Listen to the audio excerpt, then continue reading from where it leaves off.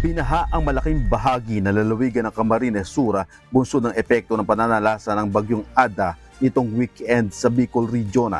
Batay sa tala ng Office of Civil Defense o OCD Bicol, nasa 76 na lugar sa 15 munisipalidad at syudad sa probinsya ng Camarines Sur ang nakaranas ng pagbaha. Inapawan ng tubig baha ang Kararayan Pacol Road sa sitio sa Lungigi sa Barangay Kararayan at sitio Pasto sa Zone 5 sa siyudad ng Naga. Nagmistulang ilog naman ang Julian Meliton Elementary School sa Barangay Concepcion, Pequeña sa Naga City.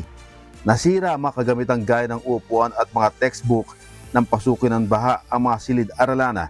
Hindi na halos madaan ng mga motorista ang nasabing mga kalsada dahil sa taas ng tubig baha. Malakas na agos ng tubig baha naman ang bumungad sa mga residente sa Barangay Minoro sa bayan ng San Jose bunso ng walang tigil na pag-ulan. Wala namang makatawid na anumang klase ng sasakyan sa binahang Sob-ong Spillway sa Barangay Del Pilar sa bayan ng Gatchitourena. 7 lugar naman sa 3 bayan ang binaha sa lalawigan ng Sorsogon, dulot pa rin ng walang tigil na pag-ulan. Hanggang tuhod na tubig baha ang naranasan ng mga residente sa Barangay Biriran sa bayan ng Hubana. Jerry Galicia, humahataw sa Balita Ngayon.